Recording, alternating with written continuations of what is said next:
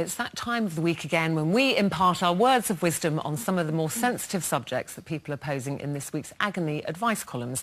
So get your thinking caps on, girls, as we delve into another person's mailbag in If I Were You.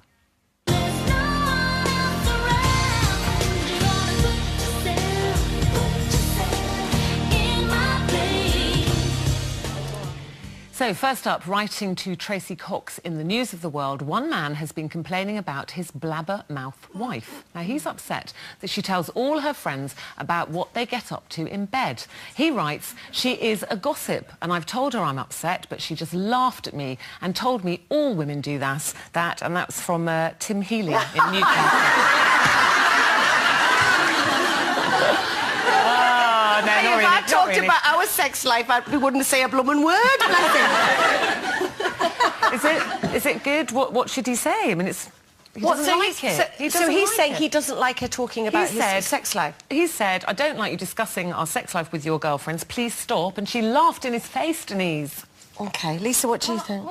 Why you pass this on to me? Because I have to think about she's thinking. She doesn't want to give anything away. No, I have to work out what I have to think. What day of the week is it, and where will Tim be before I say anything to you? Well, it's quite a serious problem. If he said to her stop and she's ignoring him, I think that's a little bit harsh.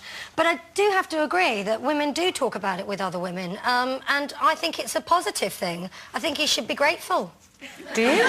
Or grateful he's getting any in the first place? Well, yeah. And grateful that she's talking about him and not someone else. Yeah. No, seriously though, I do think we women do talk about stuff like that, and I think, you know, I think how you find out you've got a healthy life in that respect is by talking to your friends. You know, you judging it on a scale of 1 to 10. Just comparing notes. But I do think it can be quite useful. Sometimes people suffer in silence about stuff like that, and I think it's great to have mates to share that stuff with. Yes, but these sound like they're good friends that he obviously knows, and he's very upset. I think she's been quite disrespectful that he's asked her. He's found out, or she's told him, and he said, "Do you know what? I really don't like that. Yeah. Could you please stop?" I think that is harsh, he should. I think he should stop talking. And I must say, I wouldn't want Paul talking about what goes on between us with anyone else. Well, do you know what I do? I would just stop having sex with her. Then she's got nothing to talk about, has she? She'd be having sex with someone else and talking about that, wouldn't she? No, it's if you were him, yeah. If I was him, I'd put a sex ban on her and say, if you're going to talk about it, then you've got nothing to talk about if they're not doing it. I know of very few guys who marry women and expect them not to talk about jiggy jigs, because I just think that all women do. I mean, I maybe talk about it a little bit more than other people. I mean, Tim does call me Gob of the Tyne, he calls me.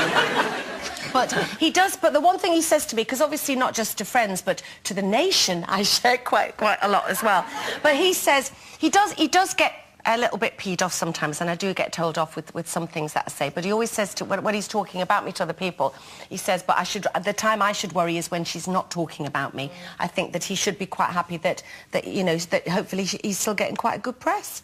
That's what I think. Carol, what do you think he should do? I'm with you, actually. I think, you know, I do talk about Mark's and my sex life quite a lot so on does telly. Everyone. We all talk about yours. Everybody wants to know everything. Spoke about it. He does.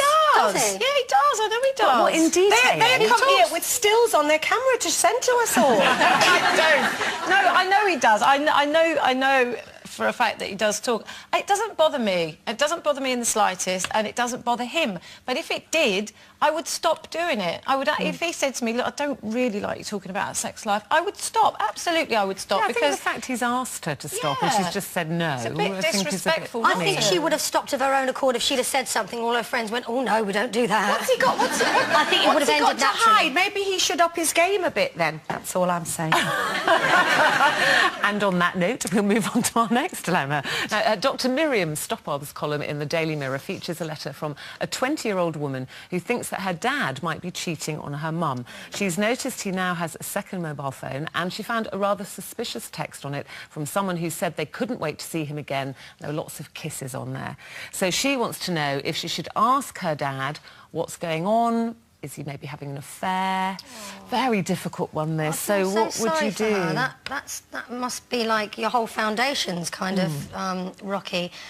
I think if I were this girl, I would not be able to just I couldn't ignore it because I don't think it would go away. I think she should confront him not in a confrontational kind of way, but just maybe say, you know, I've found these texts and it's really worrying me, and I'm not going to say anything to Mum, but, you know, you need to know that this is really upsetting me. It might make a difference, and maybe if she wanted to pretend that it was happening to a friend of hers, maybe it was her friend's dad, and then relay how she felt and hope that that might, you know, trigger something in him. She'd have to be very careful that she was able to deal with the consequences of that knowledge as well, though, because I think it's something that that you may think you want to know for your mother's sake, but actually to live with the fact that it's true is another ththing. I remember years ago a friend of mine was in a really similar situation at about the same age, and she was in a dilemma because she had, I can't remember how that she'd discovered it, but she was pretty convinced that her dad was having to do with someone. But at the same time, this friend's mum, and I can remember this really vividly, this friend's mum had quite openly admitted that she had sort of closed down that department of their lives. So she was in a kind of dilemma at thinking, you know, one part of me doesn't want my parents to be going through this, and I feel that Mum has a duty to know. But at the other side, she thought, you know, her dad was still quite a young man, and so that was a little bit of a dilemma. I mean, I think if it was me, I think I would have to say that I had seen something on the... I think I would just impart the information that I was aware that there was a message on the phone that may or not mean something. So, Dad, I'm giving you this information. Deal with it how you will. I just want you to know that I know. Carol's pondering. Look, she's still pondering. Well, I think, you know, she was wrong to go snooping in the first place. She may not have snooped, though. Well, you know, she's seen the messages. I don't know. I just think it's up to the parents to sort it out. I don't... As a child, I would never have interfered in any of my mum's relationships, ever. Whatever I knew, you know, I probably did know some things that I shouldn't have known, but, you know, I just would never have said anything. I can understand how you'd see it like that and feel like that, but I just don't think I could do it. I don't think I could have that information and not do something with it, because I think I would be quite protective of my mum if that was happening. The thing is, what I would do is I would have to confront him, but I think you've got to be very careful of making an accusation, because as we know, when people snoop with mobile phones, sometimes you get the wrong end of the stick, it might be wrong. So I would have to confront him and just say, I really need to talk to you about a problem. I'm very upset about it, and I've got to tell you that I've seen these things. It might be nothing. I just want you to know that that's what I've seen. And I wouldn't accuse him, and then I would wait to see if he had an explanation for it. Can be a massive influence. There can sometimes be the glue that keep people together and make them think. So it might be worth a shot. So he might... Confronting him. Yeah, so you'd confront... So three of us would confront him in some way, but you would leave be. In some way, but it's also I would be, you know, because as I say, I have different views to some people about that anyway, you know. I mean, it wouldn't necessarily be that I was condemning that person. I would just have to let them know that I was aware of something, I suppose. There you are, 20-year-old lady. I hope that's helped a little bit from some more mature ladies who've been through some of these things. OK, well, we've got...